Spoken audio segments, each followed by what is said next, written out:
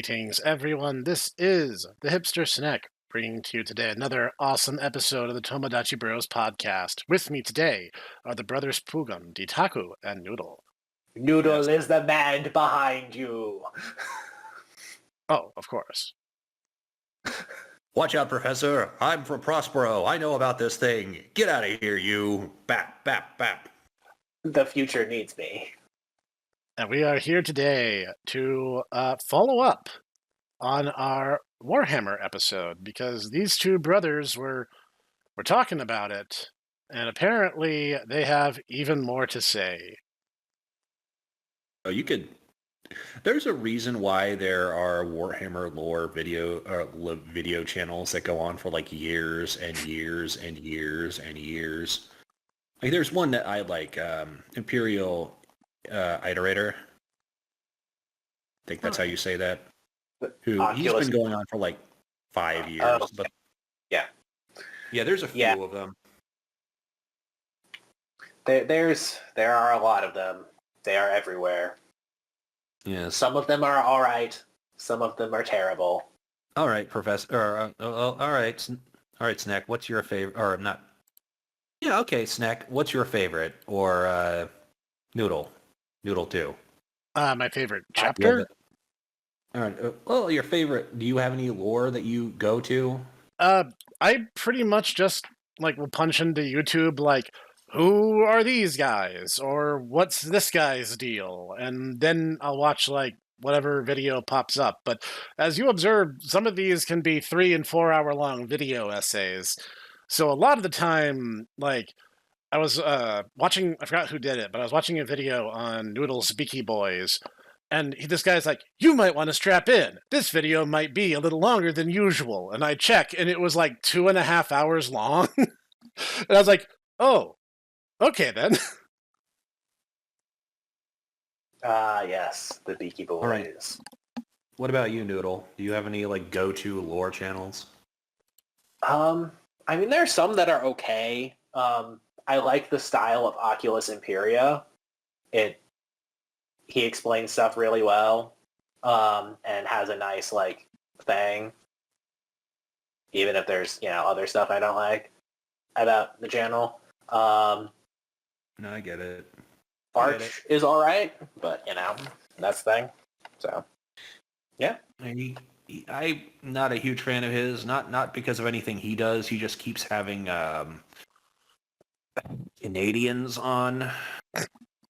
Yeah, I don't like his choice of guests, but at least at least the Canadians don't taint his WarHammer stuff. I suppose that's true, and I am increasingly convinced that Canada is not actually a real country. It exists in some kind of la-la land, somewhere in the warp, probably. Probably. Yeah, there's Korn, there's Nurgle, there's Slanesh, there's Zeech, and there's Canada. Yeah, I mean, that's how it is. Yeah. Hey, makes sense to me. That would explain why maple syrup is so delicious. It literally is not of this earth. Well, okay then. So, are we talking about the Horus apostasy then? Yes, we will talk about. Where do we even begin with that? Holy cow!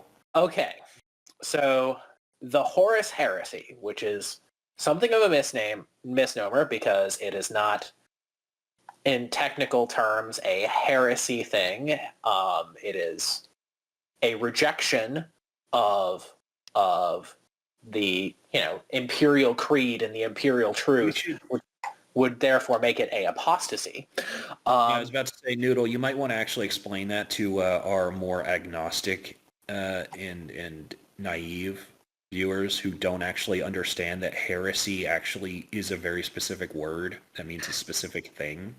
So heresy in the things, it's if you have a belief that is contrary to the religious dogma of a religion. So, for example, in Christianity, there is the belief that Jesus is fundamentally human and fundamentally divine, both human and divine. And the general belief amongst Christians is that Jesus has a nature that is both completely human and completely divine, and he has these two natures at the same time. There are, and they kind of intermix. He is one person, and he has these two natures. There is a heresy in which it says that Jesus is essentially two people with each of these natures, and because no human can be truly perfect, and yeah, it's weird. But so that's the sort of thing that is a heresy. If you reject a thing altogether, that is an apostasy. And so that's the different thing. So technically, it is not the Horus heresy, because Horus didn't just go, oh, I believe in the imperial truth, but I believe the imperial truth is this other thing that's different. He goes, no, fuck the emperor, fuck the imperial truth. I'm gonna make my own better imperium with blackjack and hookers and also chaos and demon prostitutes and stuff. So yes, technically not a heresy, but that's what it's called. So we'll go with that. So I guess to start off, we'll discuss the origins of the Horus heresy.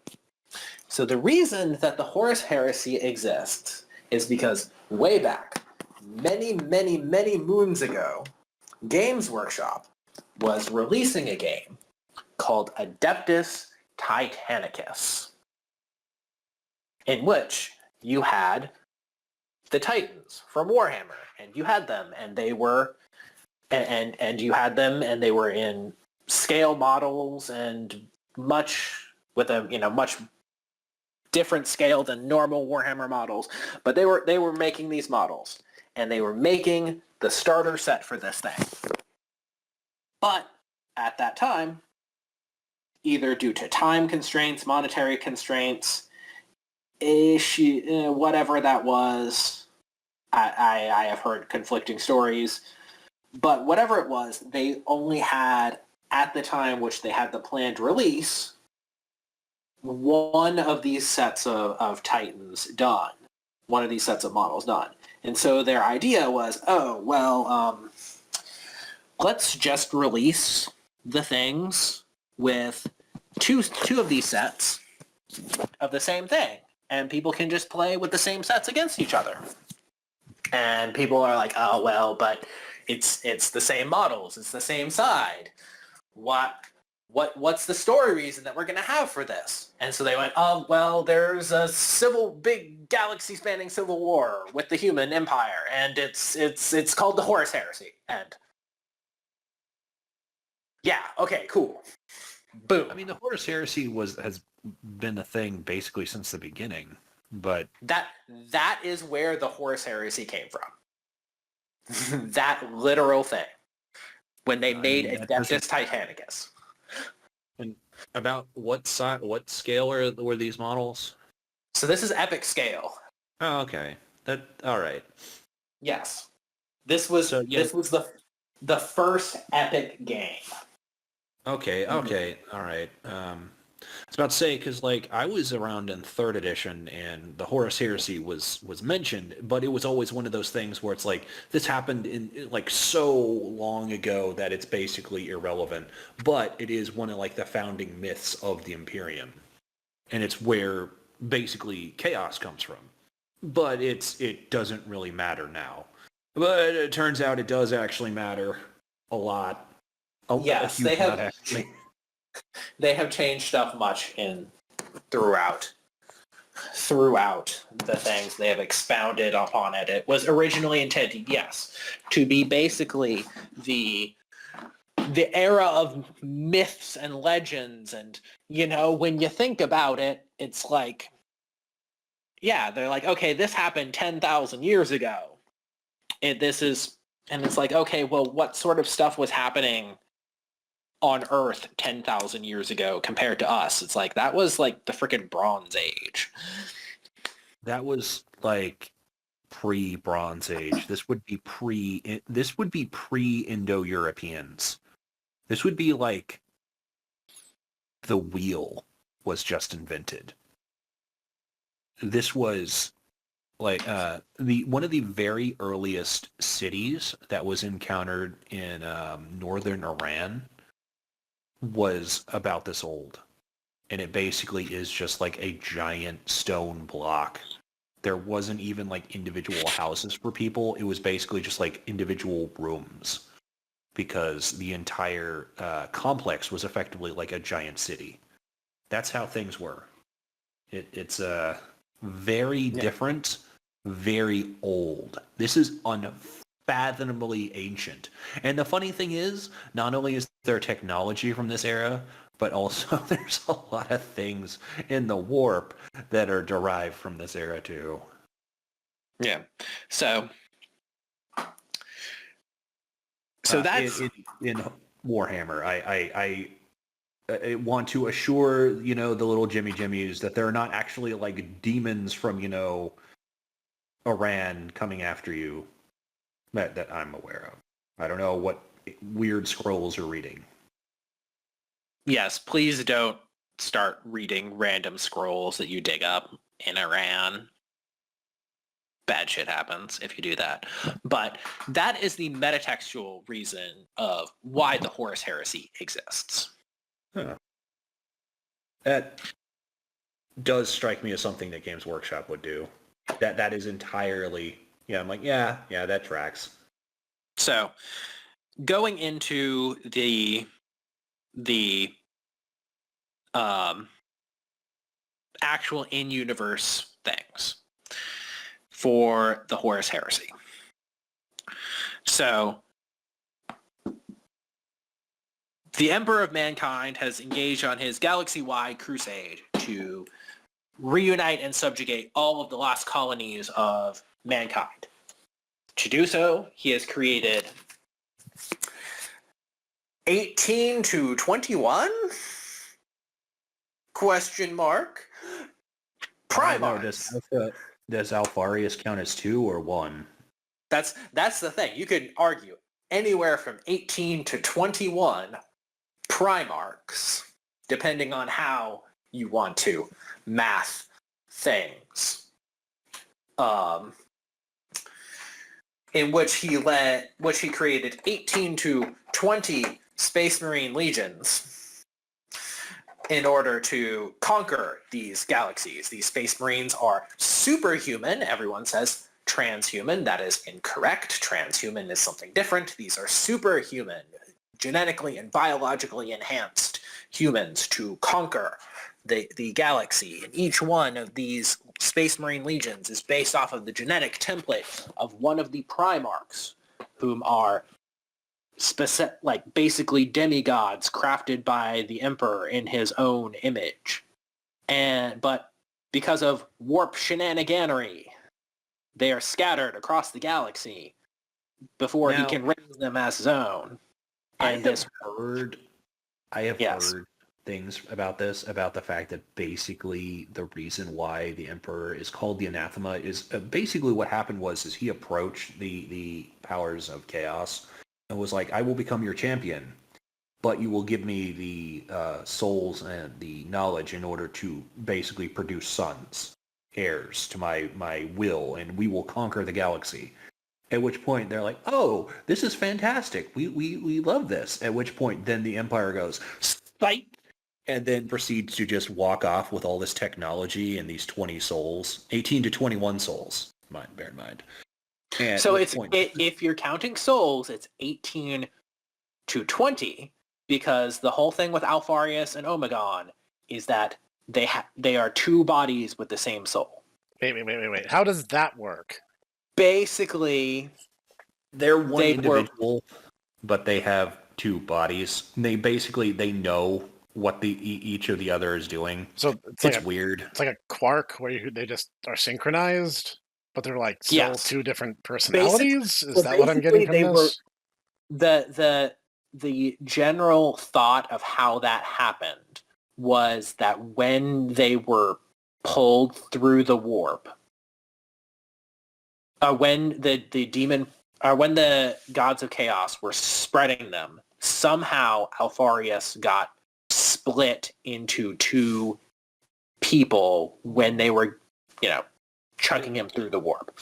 This is The Alfarius Primarch novel suggests one of the possible reasons for that was basically the Emperor tried to psychically prevent the scattering and basically like grabbed onto them and tried to pull them back. But the one that he got like the best grip on was Alfarius / Omegon. And basically he got split in two, and one half got scattered out into the galaxy, and the other half actually landed back on Terra and was raised by the Emperor, supposedly. Of course, this whole thing is being told by in the novel. This story is being told by Alfarius to somebody. So John Grammaticus, Super Psycho Spy. No, it's not John Grammaticus. It's an Imperial Guard officer who's like dying. Yes, and so he's but like, that was like the main viewpoint character in that one. Which honestly, no, I'm not talking about Legion. I'm talking about the Alfarius Primarch novel. Right. This is an entirely different novel. John Grammaticus is not in this. Okay, I'm sorry.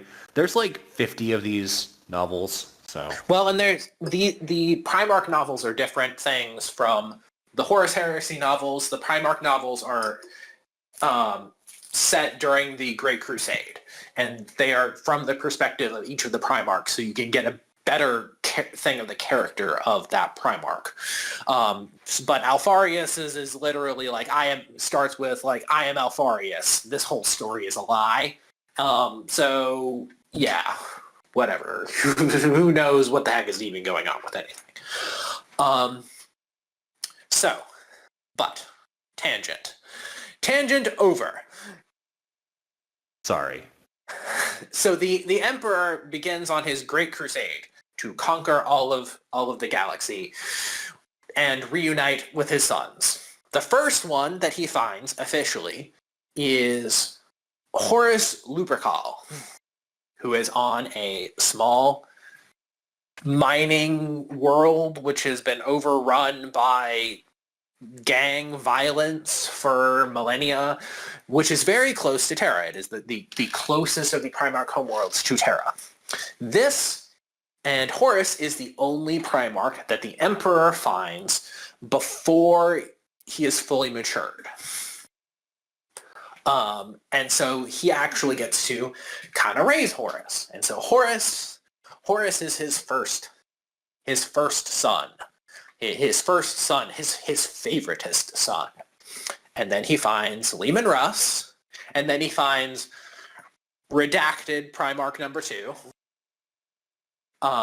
Then he finds Ferrus Manus, and then a bunch more down the line. I can't remember the whole thing. I'm pretty sure. I can't remember the whole counts. I know Magnus is one of the last ones, but he anticipated the Emperor was going to arrive because the two of them actually communicated through the warp. Yeah. Sanguinius and Lorgar both had visions of the Emperor's coming, which led to various different things, as did Conrad Kurtz, but Conrad Kurtz and Sanguinius, that's literally like their whole thing. I thought Sanguinius' entire thing was being a vampire. Nope. Being a cool vampire. So it's, I know Rogaldorn was the 17th found. He was the 17th found. He was the 7th found, and he was Primarch number 7. Very coincidental. Rabute Gilliman was the 8th found. Which is, because wasn't Rogaldorn the one who actually mentioned the two lost Primarchs? in one of the Siege of Terra books. He did mention the 2 lost Primarchs, and So yeah, he was there when they were both like taken out. they were there when they were both taken out. It's questionable who else was. We know Magnus was around when they were taken out. We know that Lorgar was there when they were taken out. We know... This is important to understand too, ladies and gentlemen, because it's partially for this reason that Magnus and Lorgar do what they did. Yes. But we know that they were taken out before Corax was found.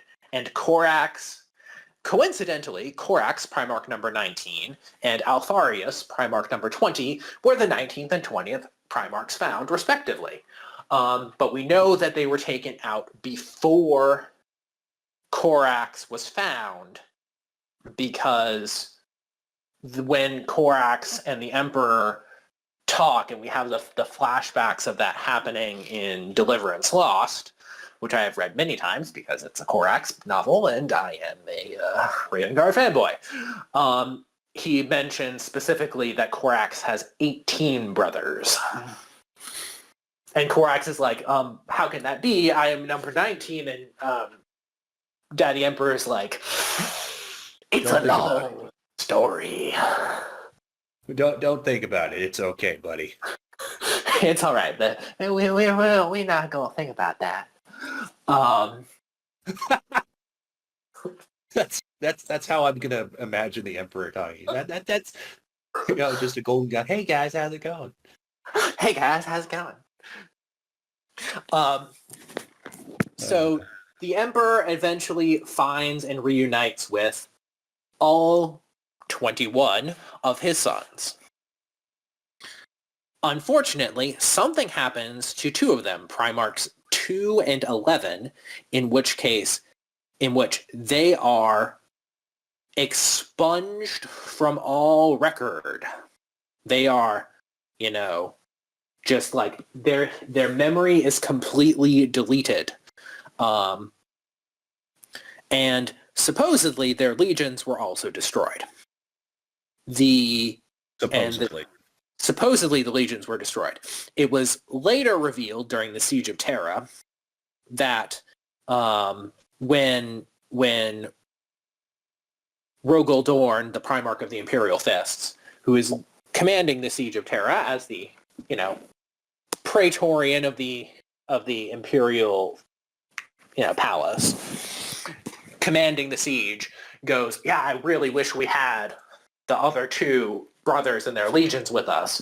And Malkador's like, well, you don't really want the 2 brothers, and I will psychically unlock the locks on your memories so that you remember why, but I will also unlock the things in which you and Rabute Gilliman actually argued on behalf of the Legionnaires, and that the folly lay with the fathers, not with their sons. And so... There's a reason for that too, by the way. I don't know if you're going to go into that. But. And so the legions, the 2nd and 11th legions, according to Malkador in this, were actually, all of them were mind-wiped, had their memories replaced, and were folded into the 7th and 13th legions.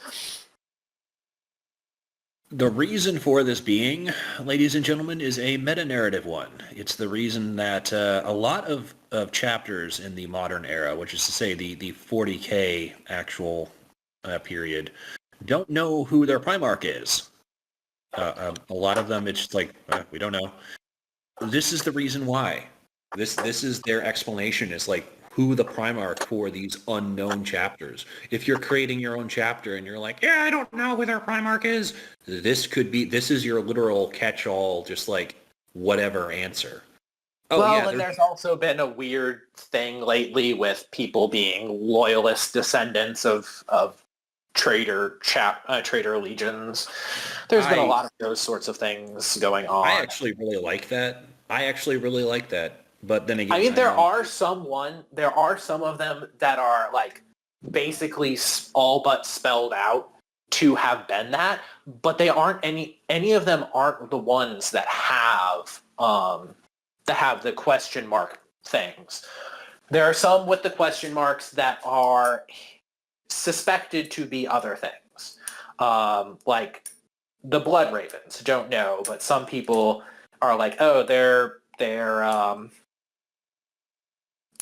Thousand Sun stock because they have a lot of psychers. And it's like, well, they could be Thousand Sun stock, but they don't suffer from any of the mutations that the Thousand Suns had. So, but there, it was another person who had really powerful psychic powers and had a lot of psychers in their legion and didn't have those sorts of traits. And also really favored the color red and finding artifacts and stuff. The Word Bearers. Maybe they're loyalist Word Bearers. Who knows?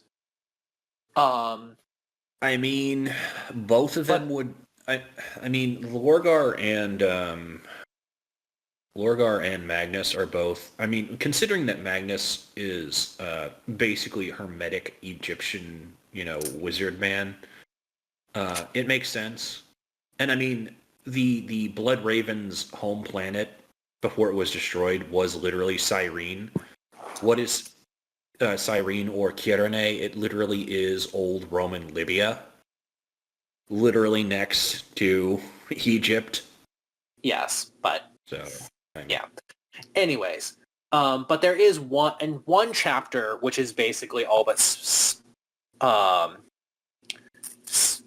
but confirmed to be in that instance. That is the Silver Skulls, because during the Horus Heresy, some loyalist Iron Warriors end up in Ultramar, the land of the Ultramarines, and they get basically adopted into the Ultramarines. And they are heavily implied to go on to found the Silver Skulls chapter, which has very, very similar heraldry to the pre-heresy Iron Warriors. Reeling back in from the tangent, the Emperor has found all of the Primarchs. He has found all of them. He has had to delete 2 of them, has had some very suspect things going on with a couple of them, like Angron, one of the most contentious of his reunions with his sons, is that what you call that? Yes. You can Angron save them. I don't feel like it. But why, though? I just don't feel like it. So Angron was a slave gladiator, literally was half lobotomized and having cybernetics stuffed into his brain that perpetually stimulate the aggression centers of his brain, was running a slave revolt and basically was going to get wiped out by the government of his planet, Nuceria, and the Emperor shows up when this happens and goes, hey, I'm your dad, come with me. And Angron's like, no, I'm going to die with my friends. And the Emperor's like, lol, K, and then teleports him and Angron back to his flagship in orbit, and then watches as, all of Angron's friends then get butchered. At which point, Angron has one of the most metal speeches where he's like, you took me, Angron died on the sands that day, you were just taking a ghost. At which point the Emperor is just like, then a ghost is what I will receive. And it's like, this is the reason why he betrays you later. And there's nothing else to blame except for yourself, bro. Really, yeah. Sorry, yeah. I didn't do the right voice. And then a ghost I will receive. Because then a ghost I will receive. The Emperor is from the south. Sounds like little Gideon from Gravity Falls. I mean, that we've apparently determined that the Emperor apparently, he just speaks like this. So, yeah. Chubby little boy from South Alabama or something. Well, here's the thing. The Emperor has been shown multiple times to, we don't actually know what he looks like. Everyone just assumes that he looks like the giant golden god because that's always the way he's depicted in the art. But every single person who has ever encountered him has said that he looks different. So, Well, see, the thing is that canonically, there are two people who have seen through the Emperor's illusions and seen the true Emperor. Care to guess who they are? Malkador and Erda, who one of them I like, and the other one I'm like, why? Why? No, neither of those. Really? Neither of those have canonically seen his true face. It's a boys, Magnus the Red and Korax. Really? Yes. Well, okay, I can understand Magnus because Magnus literally has the eye that can see all. But how did your beaky boy? How did he manage that? Korax's entire job is to be the Emperor's watchman, to penetrate all illusions, to see through the darkness and see through the plots of his enemies. That's like literally his entire shtick. When one of your eternal enemies is Zinch, you need someone who's really good at that kind of job. And Yes. the funny thing with that, though, is that Zeech is his own worst enemy, and that is actually in canon. Yeah. So the Emperor has collected all of his sons and put them in charge. And so he has decided at some point, several centuries into the Great Crusade, the exact time frame is never explicitly specified, but it's suggested to be somewhere around 250 to 300 years into the Great Crusade. The Emperor decides that he is going to return to Terra to continue. No, dude. No. There's something important that happens before that, and we need to do this because it is actually a big deal with Snek's favorite boy, Vulcan. Ooh, is this the part where I get to elucidate on something? If this is the because it's at Olenor, and Olenor is when Vulcan actually has his big thing happen. Well, I mean, yeah, so the last thing that the Emperor does before going back to Terra is, well, they crush a gigantic orc empire at Olenor. And there's a gigantic... Yeah, I mean, the war boss's name is literally the Beast. He apparently was so huge that he, outweighed even Primarchs. Yeah, by orc standards, he was positively colossal. If you're talking about the Beast of Olenor, that's actually in the War of the Beast. That is not during the Great Crusade. That's later. That's an M32. Oh. Yes, that's after. Yeah. Yes, to as a side note, yes, the orcs come back several millennia later, create a new empire around Olenor, and Vulcan, Primarch of the Salamanders, returns and tackles the Beast of Olenor, who is running this empire, into a gigantic warp engine and blows them both up. But it's okay. Vulcan's died before. He'll get better. Ooh, is this where I get to do my bit now? Yes. Okay, let's talk about the best legion, the 18th, the Salamanders. These guys are amazing, and if you are a regular, everyday person in the WarHammer universe, your life probably sucks. So when you'll see the memes sometimes where it's like, oh, we're being invaded by Xenos, and it's this guy panicking. It's like, oh, someone's coming to our rescue. Who is it? It's Space Marines, and it's still the same horrified face he was making in the first place. Because most of these guys are sociopaths, and they don't have any particular compassion for the average person. But you know who does? Salamanders. Salamanders care deeply for the people of the Imperium. They're one of the few legions who actually very, very, very highly prioritize civilian defense. They also like fire. They like fire. A lot. You know what doesn't like fire? Orcs. Because orcs are a living fungus. So if you kill a bunch of them, oftentimes they'll just drop spores and regenerate. You know what can't happen if you set them on fire?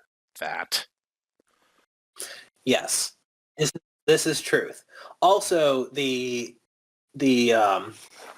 so the amongst the legions when the emperor was making them, there were 3 that had very special recruitment criteria for people. They weren't limited to any geography. They were given very special abilities and purview to basically recruit from whoever, wherever, whenever, and they had priority over all of the other legions. These 3 legions... This is going to be one of my favorite boys. Because one of them is the actually, Blood Angel. no. Actually, no. Not the Blood Angels? No, the Blood Angels had their own thing going on. So these 3 legions, they were called by the Emperor the Trefoil. They all had very specific purviews to do. The first of these was the 6th Legion, which would later be called the Space Wolves. Yeah. They are the Emperor's executioners. Yeah. Yes. Your disgust for the wolves is... but yes, they're the Emperor's executioners.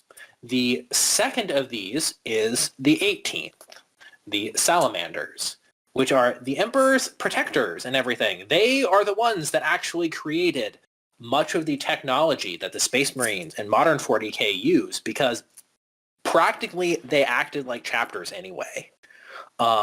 They had the small strike cruisers, the small strike fast attack rapid response vessels that other legions didn't really use because they tended to favor massive overwhelming force. The Salamanders had all of their little guys just like spread around so that they could go and take care of things. The last of them was the Alpha Legion, which are, the 20th, the sneaky assholes. Which is interesting with them because literally most other legions will be all about like individuality and like, oh, I am Dentalion of the F boy Marines. Whereas when you join the Alpha Legion, it literally is I am Alfarius. And all of them are basically cookie cutters of each other. You can't tell them apart. They don't have names anymore. They just have code names and designators and stuff. They're pretty much the space CIA. I hadn't thought of it that way, but you are correct. The first time they show up is in Legion in the novels, and they basically encounter space James Bond, who is a super psyker, who basically is just like using illusions and charm powers in order to just like weave through. And like he is immediately picked out by the Alpha Legion, and they're like, you are going to help us. And he's like, okay, what if I don't? And they're like, then we're going to take you to the Emperor. He's like, oh no. Okay, I'll help you.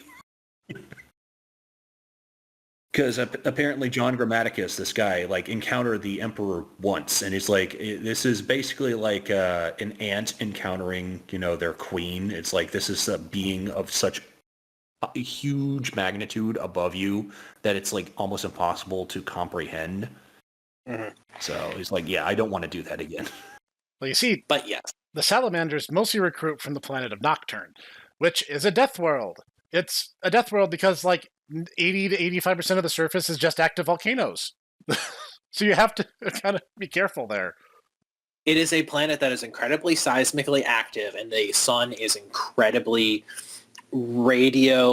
it has incredibly harsh radiation, which results in humans from Nocturne having like literally coal black skin. It's very weird. Is this also the reason why they need to have like giant mobile cities? Like these cities are basically on like tank treads. So that's actually the ones with the mobile cities is not the Salamanders. It's another legion with a very seismically active volcanic world, the Iron Hands. They are the ones with the mobile fortress cities. The salamanders actually have lots of villages and stuff scattered around, and a unique thing about the salamanders that no other chapter or legion does is that they have very little hypno indoctrination and very little during their training, and they have very little like psychological scrubbing, reject your former past and create a new identity.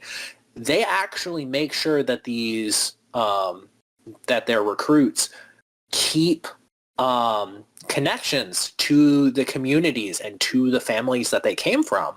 And so like during their downtime, you'll have like salamanders will just like go to the village, just like fly out to the villages that they came from, and they'll just like help mom and dad, and or depending on how long they've been a space marine now, their great grandnephews and great grandnieces and stuff, and they'll just like help out around the village and stuff, and just be like cool bros and be like, oh you need your roof fixed? It's all right, I'll take care of that for you, grandpappy. Yep, total they dude are, bros. Yeah. they are pillars of their community, and alongside, I believe, the Ultramarines are the only other group that really do that with any regularity. The Ultramarines are considered, they're basically considered knights, though. Like they are considered. And so They it's one are- of those situations where I want to say the Night Lords actually came to Ultramar, and it was like We keep getting some very weird tangents on this, but yeah. Yes, the Ultramarines are, but they're less directly plugged into their communities than they are. Yeah. Okay. And they're less like directly involved in their things. They're more and they have a much closer tie to a lot of the worlds that they oversee, in that they are like directly governing the worlds, and they take a very direct hand in that in order to like make sure that the civilian government is working the way that they want it to and stuff, because all of the legions, all of the Primarchs have superpowers. Vulcan is literally unkillable. He has been more than once been vaporized. Conrad Kurtz dropped him out of orbit onto Macragge, the homeworld of the Ultramarines during the Great Crusade. He got better. He was also psychologically tortured for years, and he basically just said, yeah, it didn't work. Isn't he canonically an Eternal? Which is he is a perpetual. He is a perpetual, which is what they call people who are like literally immortal. He can regenerate from anything. He has been nuked and has walked off being nuked. He's gotten better. So that's his superpower.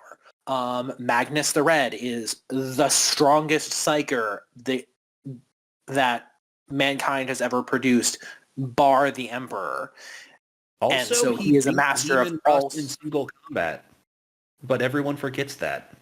That's because Lehman Russ broke his back. I mean, he won that one. No, because one of the two Primarchs walked away from that, and that was Lehman Russ was the Primarch who walked away from that. Magnus the Red had his soul shattered and would have been dead if his legion hadn't basically gone on a epic road trip through the warp to collect the shards of his soul and stitch them back together.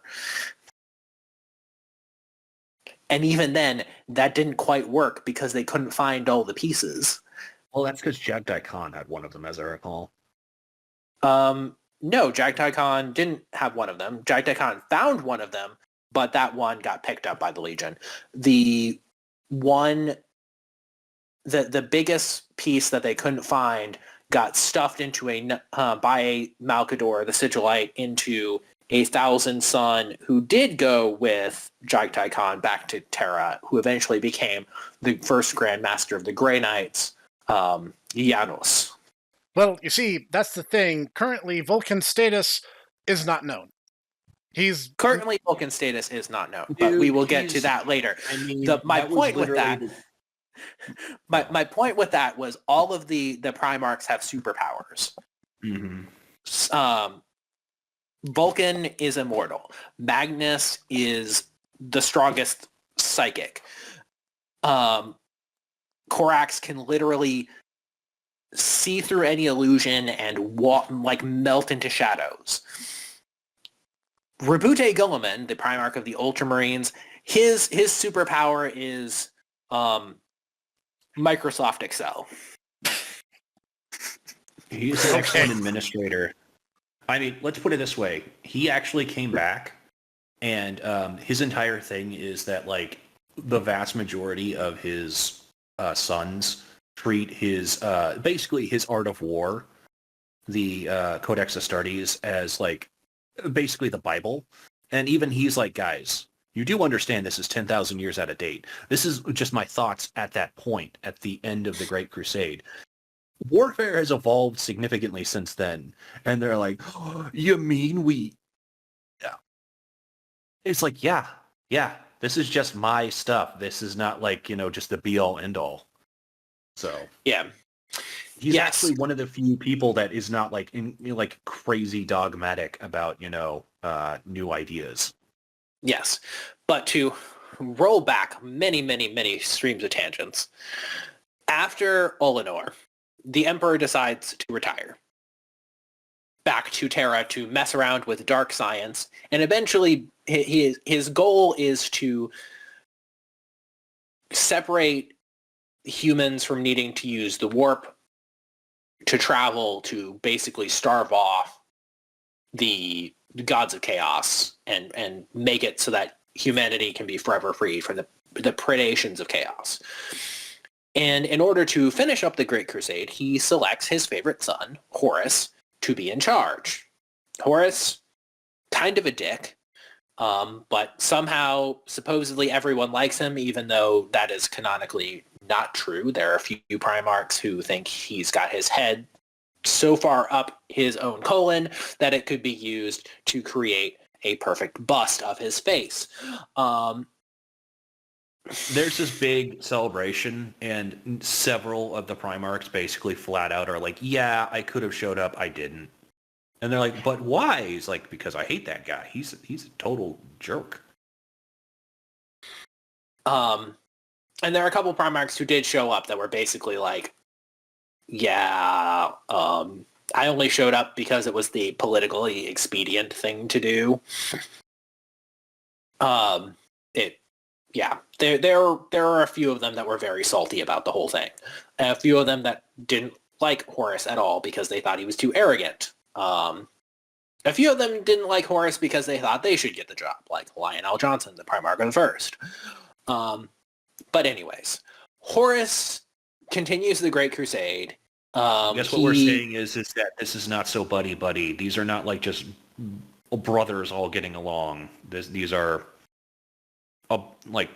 18 men who are indifferent / kind of hostile to each other. Well, that depends on who you're talking about. As I understood it, Korvax and Vulcan were always on good terms. You can find entire YouTube channels talking about all the Primarchs' relationships with each other and who was in good stuff with who and who isn't and what. Vulcan generally had good relationships with most everybody.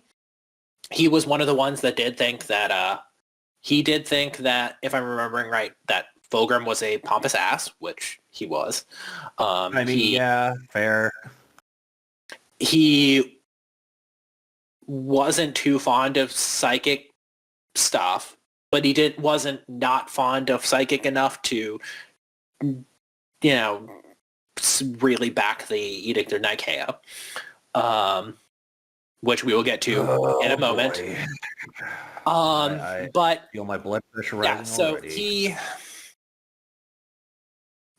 Vulcan was generally good terms with a lot of people. The ones that he wasn't on good terms with were Leman Russ, because he thought Leman Russ was savage and barbaric and liked killing people too much. Same thing with Angron.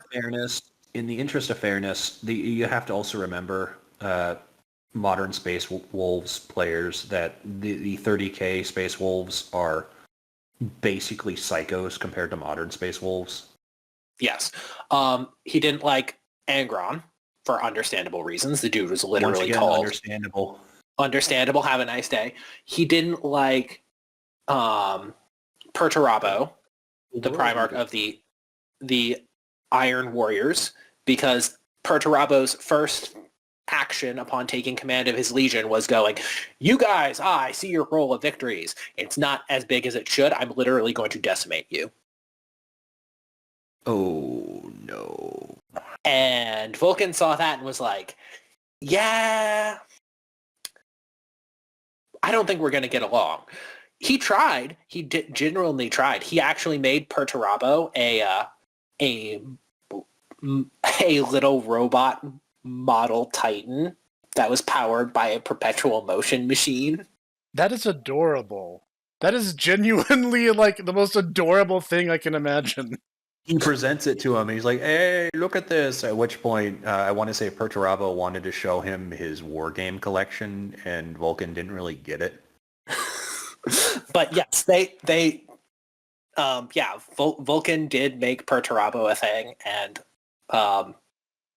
Perturabo eventually ends up like slamming Fulgrim's face into it during the Horus Heresy. You'll notice Fulgrim doesn't have a lot of friends. Fulgrim doesn't have a lot of friends. Vulcan did get along, but there's some definite lines of people who don't trust other people. There are some of them that didn't get along with a whole lot of people. Like Kurz didn't really get along with anybody, but he was literally psycho murder Batman. But I repeat myself. He literally was named after the villain of the Heart of Darkness. I don't know. Yeah, he's not going to be an affable chap. So, there's continuation of the Great Crusade, and as the Emperor sits is on Terra, there are two things in which he leaves Terra to do. Two very controversial things. I honestly don't remember the order in which they happen, so we'll talk just one after the other. The first was the Council of Nicaea, in which a lot of the Primarchs were like, hey, this whole psychic shenaniganery, it's not kosher. There's some weird-ass shit happening with this. We should probably stop with this whole thing and stop having like psychics being used as weapons in the Space Marine legions and stuff. And it basically turns into what is termed in universe, people basically call the Council of Nicaea basically became the trial of Magnus the Red. In which Magnus was basically told, you're doing sorceries. We don't want you doing the sorceries. That's bad. Stop doing the sorceries, Magnus. And the Librarius, the psychic wings of the legions were disbanded. And various legions did different things with that. Some of them literally locked up their librarians. Some of them basically had them just turn back into normal Space Marines and rejoin the legions amongst their line troops. But yeah, yes. So Magnus the Red was told, stop being so sorcery-y. You're messing with shit you don't understand, boy.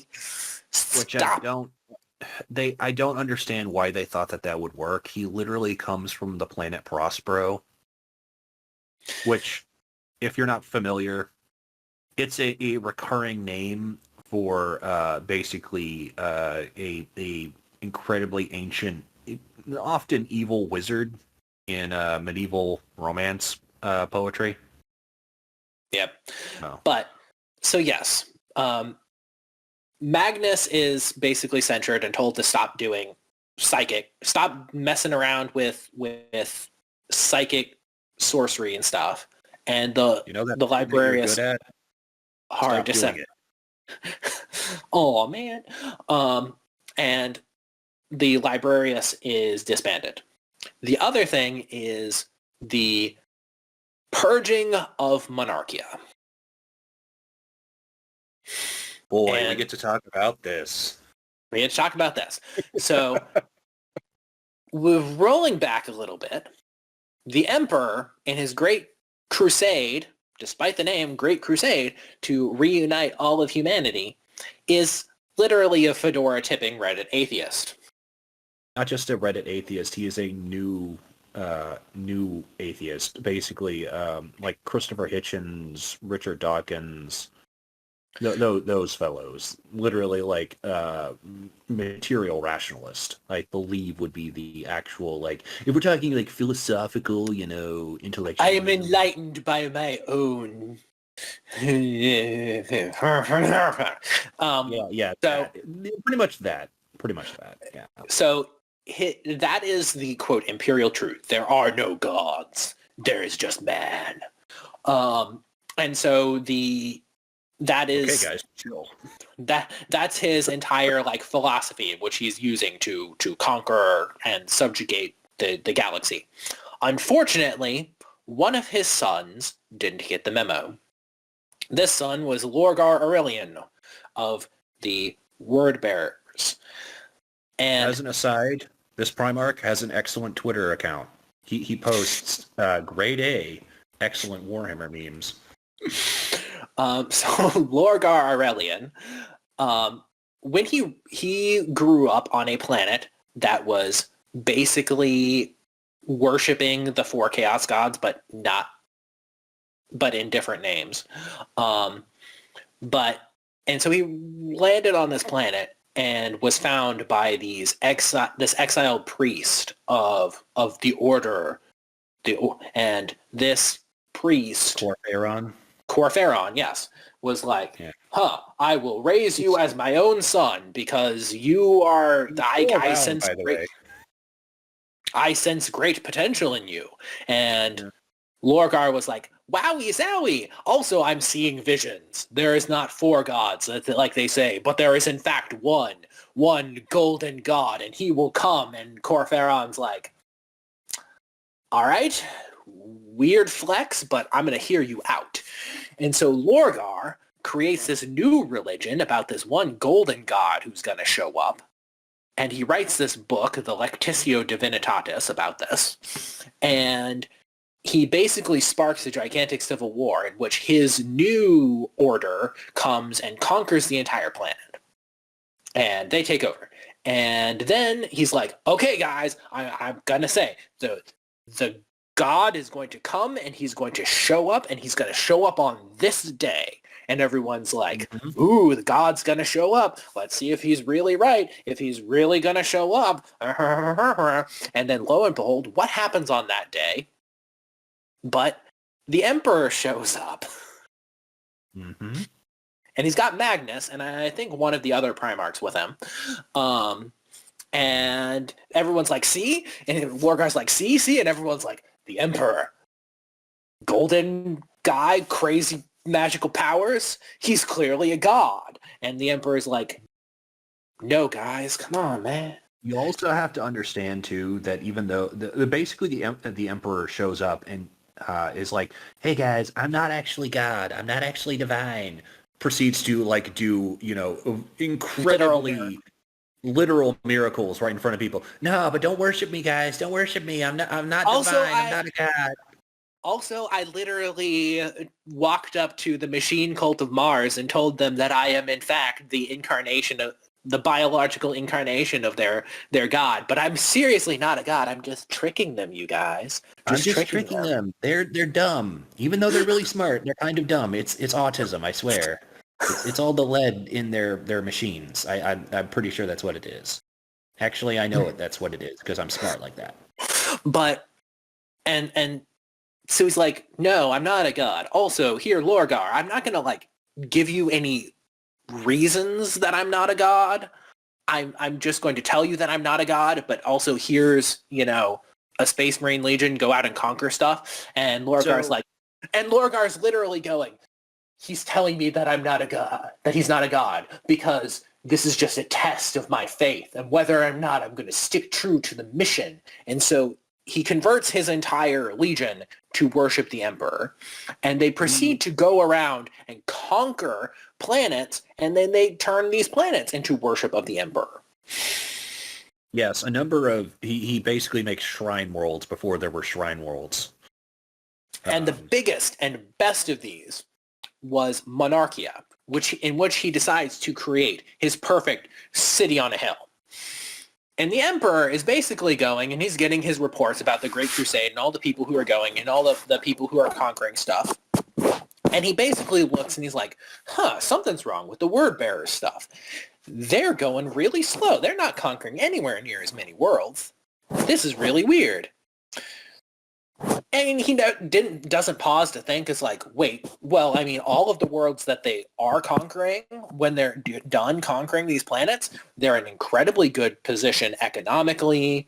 They're very stable. None of them have ever revolted. They're all paying their taxes on time, if not, paying extra because they think this is super special awesome. They're paying literal tithes. Yes. They're literally paying their tithes.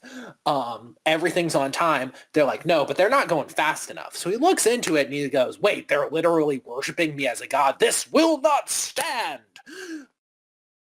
And so he takes the 13th Legion, the Ultramarines, and he gets the 13th Legion and he tells all of the Ultramarines to come to Monarchia. And he also tells all the word bearers to come to Monarchia. And Lorgar's like, cool, found my city on the hill. And he's going to be all like, Lorgar, your faith has been just like super special, awesome. You've passed the test. You're being cool. And now everybody is going to do this too. And you're going to be the best. And you're going to be the coolest. And you're going to be the most amazing because you believed in me when nobody else did. And your faith your faith will be rewarded. JK, this is WarHammer. Your faith will.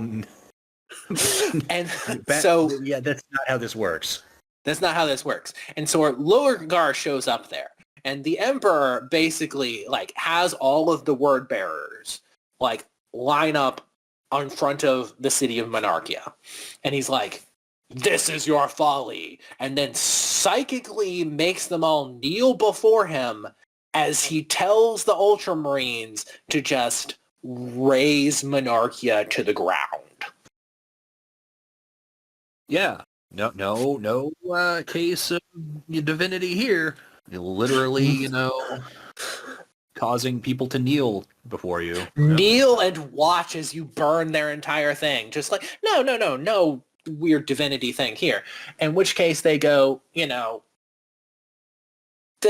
then, fails to elaborate further. And it's like, well, better, follow up on, be faster about conquering planets and stuff. And then Lorgar is like, So, of course, then the true believers from his planet who were still worshipping chaos then come and they're like, oh, Lorgar, the true gods, they love you. They want you to do the thing. And so it's not just the true believers. It's everyone's, it's the boy you love to hate. It's Erebus. Motherfucking Erebus. So motherfucking Erebus shows up, and he's all like, "Where the true gods? They're real, and they love you, Lorgar. We should go talk to them." And so then they go into the Eye of Terror, which is a gigantic hole in reality, and they go and the various heralds of the Chaos God show up, and they're like, "We got a plan. We're gonna take down your dad." And your dad betrayed us. We're going to take back what's ours. Really? Oh yes, this is going to be really funny. This is going to be fucking hilarious, man. And so I didn't realize that they spoke. That's the way demons speak. Okay. It's going to be fucking hilarious, man. I assume these are corn demons. Either that or they're, Slaanesh demons that have smoked a bit too much space pot. Man, that space weed, it'll get you. So the word bearers, Lorgar, starts setting in motion a plan in order to corrupt his brothers to chaos to join him in overthrowing his dad.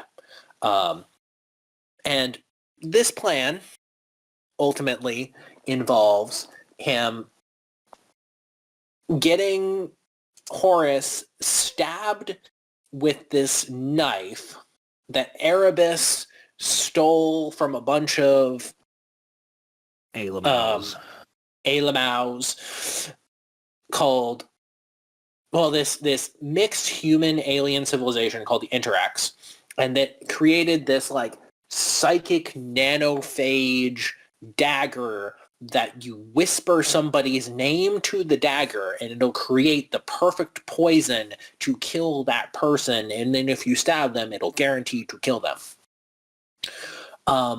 So he engineers a situation where Horus gets stabbed. Erebus engineers a situation where Horus gets stabbed. I thought it had like Nurgle's rod on it too. It is weird. It's weird. I mean, it's been literally like a decade since I read that one, so I mean, I could be wrong. I probably am wrong, but I'm like, I distinctly remember it being some kind of like, it literally had like rotting like venom coming off of it. So that's the specific, the like nanophage venom poison thing. Yes, there was Nurgle involved with that, especially summoning Temba. Eugene Temba, the governor dude who stabbed Horus with it, was infected by Nurgle, and the like whole thing was that he had turned his planet into a Nurgle zombie world, and that's what they were. Notice a lot of a lot of the initial demons are basically like zombies or like Nurgle, because they that's, you know, not because Nurgle is like more powerful, but because, I mean, it's very easy to say, hey, this is like out of whack. Things are strange here if suddenly the dead start rising and, you know, try to eat you. Yeah. But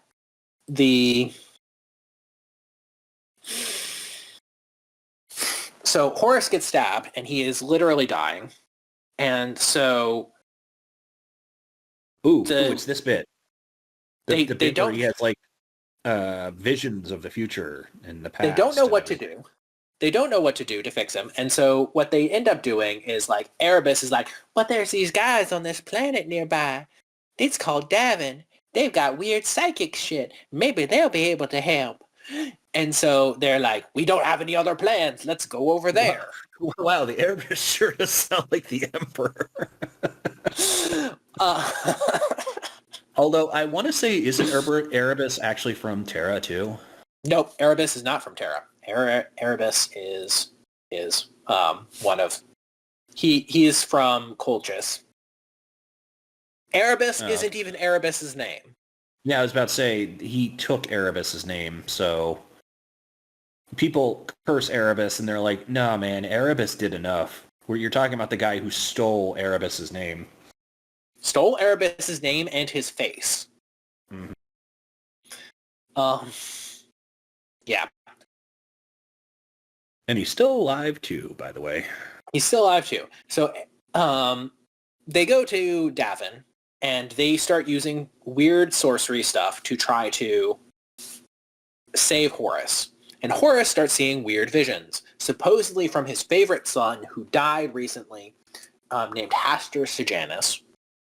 And so Hipster Snek is like, this is the future, Horus. Look, there's this, the Imperium is all grimdark.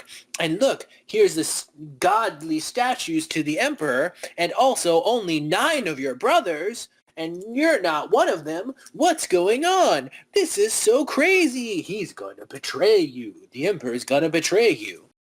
Which is funny because there's a lot of instances where even Shrine Worlds, which recognize the Primarchs, don't even have all 9 of the Loyalists one. It depends on where it is. And the Primarchs aren't well known to the average Imperial citizen, I guess is what I'm saying. Actually, the Primarchs are very well known to the average Imperial citizen. The 9 loyal Primarchs are. They are literally, like demigods. They are angels, and the Primarchs are actually well known. Yeah. All this modern lore is changing. But the Emperor, and so then lo and behold, Magnus shows up. Magnus is doing a naughty. He did the sorceries. Horace, don't listen. This guy's lying to you. This isn't even your son. This is a demon. Don't listen to this guy.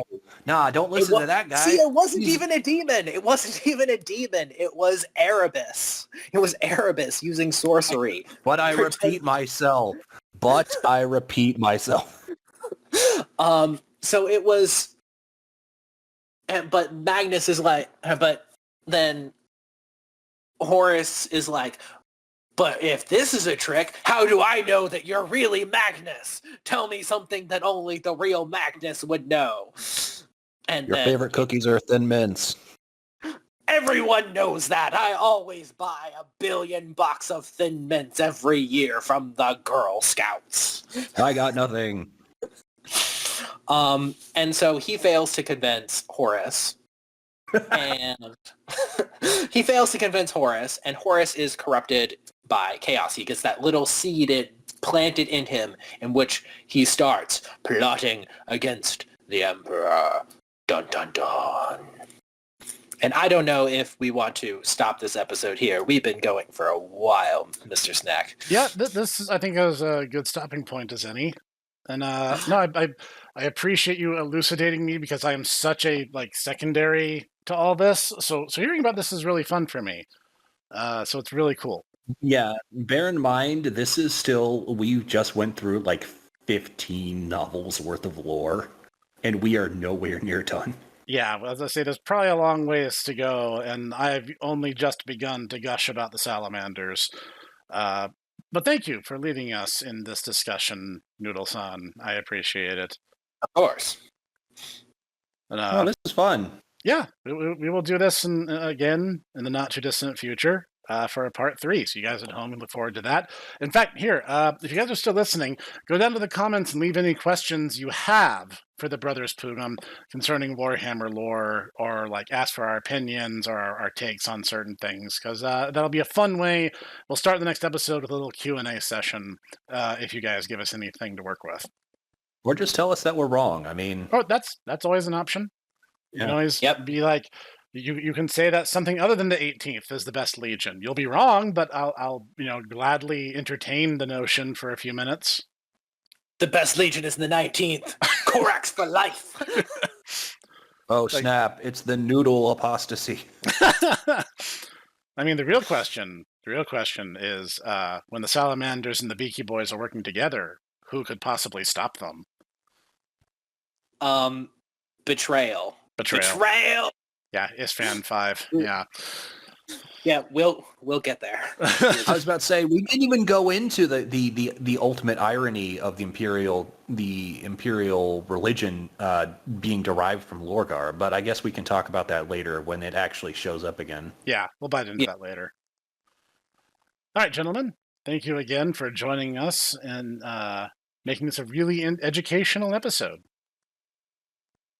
Oh, I am being summoned back into the warp now. Farewell. Be gone, foul demon, avaunt.